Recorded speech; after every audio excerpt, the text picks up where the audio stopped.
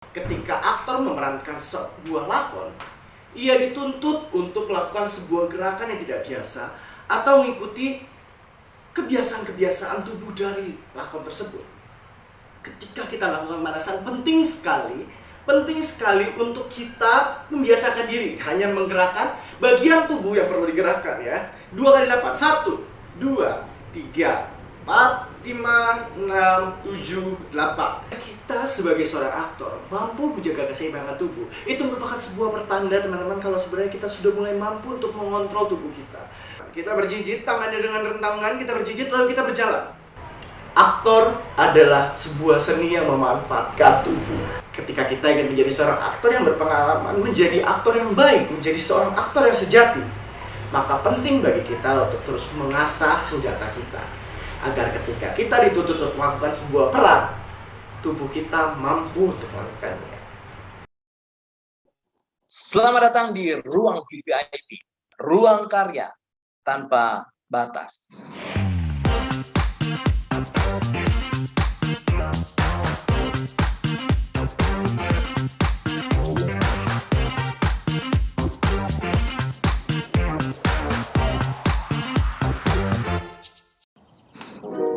Pada episode kemarin kita sudah melatih 4 tahapan olah tubuh.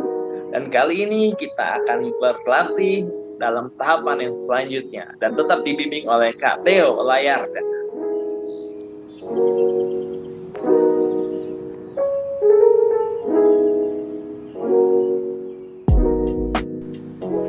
Halo teman-teman sekalian.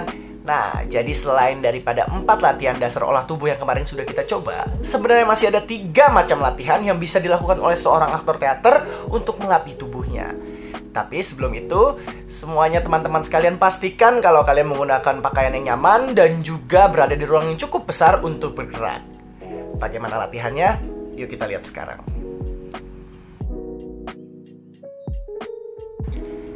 Oke, jadi pertama-tama kita akan membahas tentang kesadaran ruang, teman-teman. Nah, pada umumnya, seorang aktor teater yang baik di panggung teater maupun depan kamera memiliki blocking atau posisi tertentu yang harus diikuti. Maka dari itu, aktor harus memiliki kesadaran ruang yang tinggi.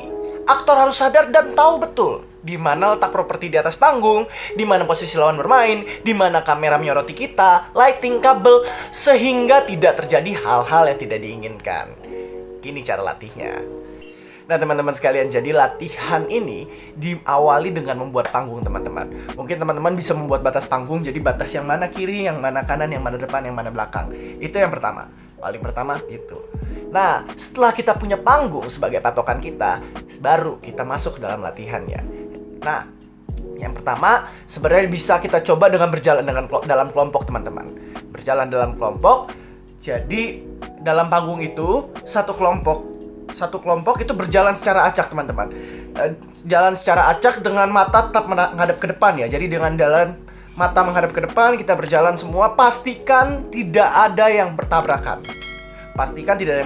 Jalan secara acak tapi tidak ada yang bertabrakan.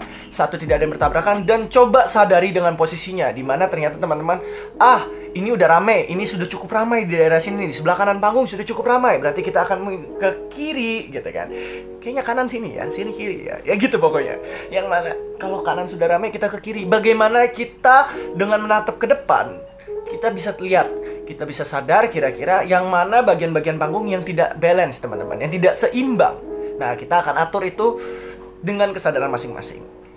Yang pertama. Lalu yang kedua, bisa membuat formasi di atas panggung dengan gerak yang statis. Nah, jadi teman-teman membuat formasi. Jadi nanti teman-teman bisa memanfaatkan ada yang namanya leveling, ya teman-teman. Ada yang namanya leveling. Ada yang level tinggi, sedang, dan rendah. Tinggi itu biasa berdiri, teman-teman. Jadi kalau di atas panggung tuh kita kelihatan tinggi. Lalu kalau sedang itu biasanya bisa berlutut atau membungkuk, ya, bisa berlutut atau membungkuk. Lalu ada level rendah, biasa duduk atau jongkok, atau bahkan tidur. Nah, bagaimana dengan sekelompok ini kita membuat formasi yang stabil, teman-teman. Jadi balance. Balance apa ya bahasa Indonesianya? Seimbang. Nah, yang seimbang, yang mana yang tinggi, yang mana yang sedang, yang mana yang rendah.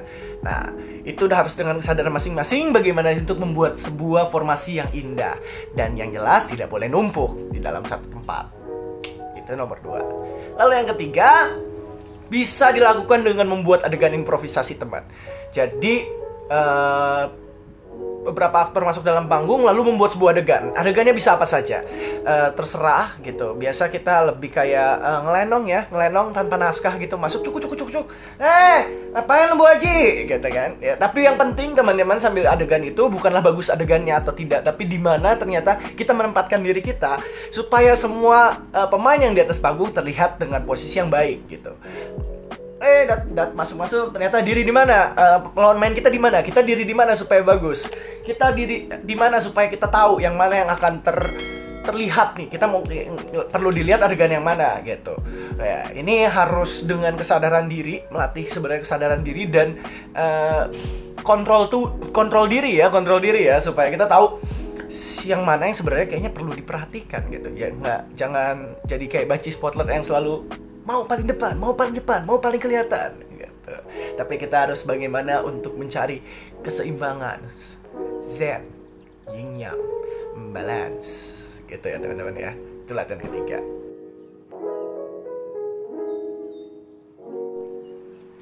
Nah, selanjutnya teman-teman, tidak kalah penting yaitu ekspresi wajah. Secara umum, gerakan yang keluar dari wajah kita menciptakan sebuah persepsi emosi tertentu sesuai dengan konteks yang ada.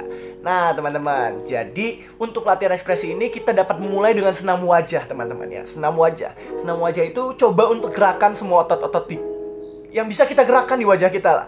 Kita coba gerakin otot di wajah kita. Apa yang bisa bergerak? Dahi, mulut, hidung, ternyata hidung. Kuping kalau bisa gerak, saya tidak bisa ya teman-teman ya. Pipi, ini alis, mata, semua gerakin teman-teman. Gerakin semuanya, buat bentuk-bentuk wajah yang aneh gitu. Buat bentuk-bentuk wajah yang aneh dan teman-teman sambil melakukan ini sebenarnya kalau bisa depan kaca ya teman-teman.